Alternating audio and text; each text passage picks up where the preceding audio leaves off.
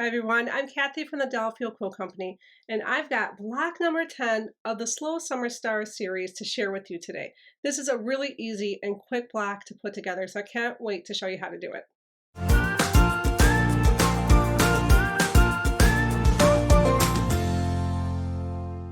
So I think you'll find if you're sewing along on this that this block is really easy to make and pretty fast to cut because we use a couple of techniques here that make it a little bit quicker. And one of those techniques is we're going to do the no-waste flying geese 4 at a time. And then we're also going to make this checkerboard just by sewing strips together, and then we'll cut the strips instead of doing individual squares. So the fabric I'm using for this one is this gray, and then I picked some of my leftovers that I saved from previous stars to use for the middle part. I've also got my background fabric here. And some tools and supplies that you're going to need for this are a ruler, pencil, rotary cutter, and a few pins. Okay, the cutting requirements for this. So from fabric A, we're going to need 4 3 7/8 inch squares. And I'm just going to cut one big 7 3/4 inch square. And then I'm going to cut it down into 4 from there. And I am cutting this just a little bit bigger than 7 3/4 inch because I like to cut off the fringe on my layer cake squares. I always forget to grab my rotating map, but that makes doing this so much easier. And then I'm going to just cut this in half on both sides so I can get my 4 3 7/8 inch squares.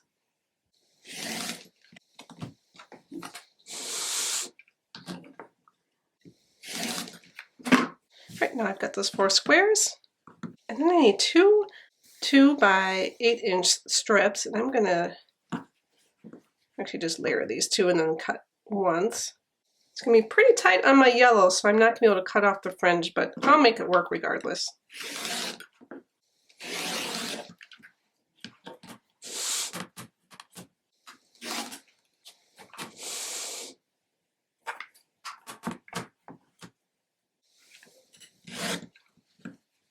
And then for the background fabric, I just need 1 7 1/4 inch square and 4 3 1/2 inch squares, and I've already got these cut. Okay, first let's make our flying geese, and we're going to do it 4 at a time, no waste method.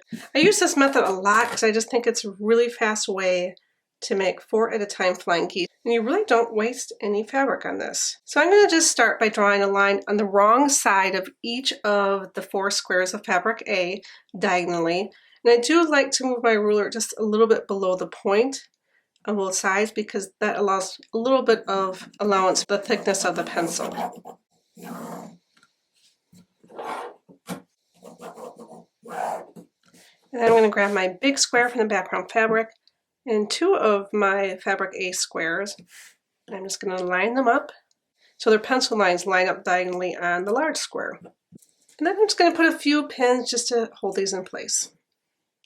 And now I'm going to sew a 1/4 inch on both sides of the pencil line. And I have a 1/4 inch foot on my sewing machine, so I just use it as my guide to make sure I'm a 1/4 inch from both sides of the line.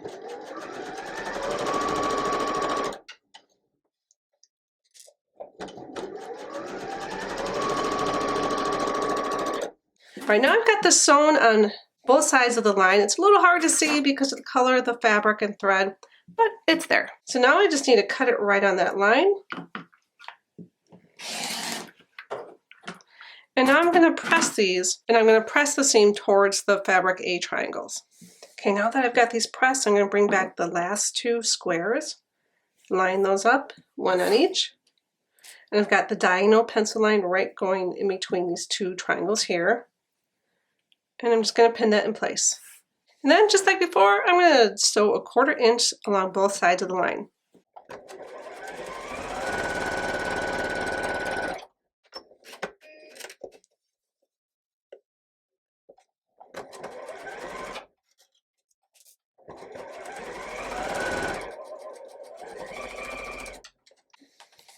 And just like I did before, I'm going to cut right on that pencil line. And again, I'm going to press the seam towards fabric A. And just like that, we have 4 flying geese blocks. These should measure 3 1/2 by 6 1/2. And you might need to trim it down just a little bit. I'm going to do that just to make sure that they are perfect. And then I'm going to trim off the dog ears as well. Okay, now let's move on to the little checkerboard in the center of the star. So this is pretty easy. I'm just going to sew the strips together, alternating between fabric B and fabric C. And we're just going to end up with a section of 4 strips. And I'm going to sew 2 together at a time first.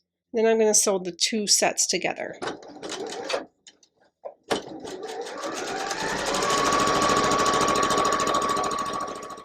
And it is important when you're sewing these to make sure that you're using a scant 1/4 inch.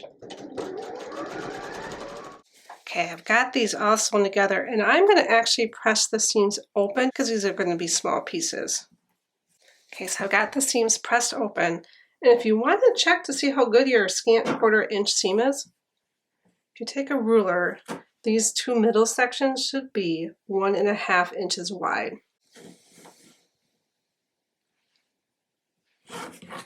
Okay, now we are going to cut this in 2-inch sections.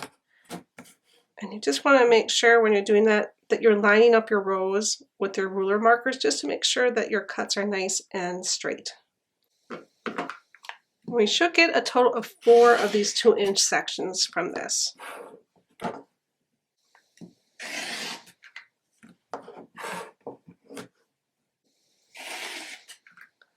I know in this video I'm going to speed it up so you don't see how long it takes me to line my ruler up, but actually I take a lot of time just to make sure that my ruler is nice and lined. So don't feel like you have to go at a fast pace, but go slow and get accurate cuts. Alright, now to get that checkerboard, we're just going to turn 2 of them. And then I'm going to sew these pieces together, making sure that I'm lining up the seams of each of them. And I am going to use a few pins. And let's just make sure that I've got those seams together.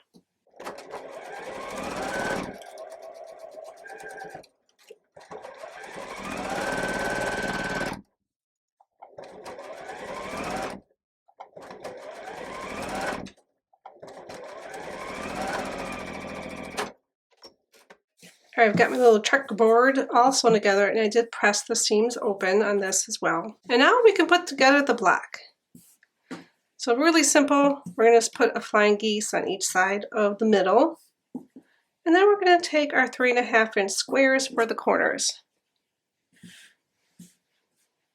And I'm just going to sew these in rows and then sew the whole thing together. And I'll come back and show you what it looks like when it's all done. And here is finished black number 10. This one was a pretty easy one to put together. So hopefully if you're sewing along, you'll find that it's easy as well. And actually, I kind of like how this turned out. I think this might be a neat quilt block to put on an entire quilt, which I might do someday. I hope that you liked this video. If you haven't yet, please subscribe and visit us at DelafieldQuiltCo.com. Have a great day.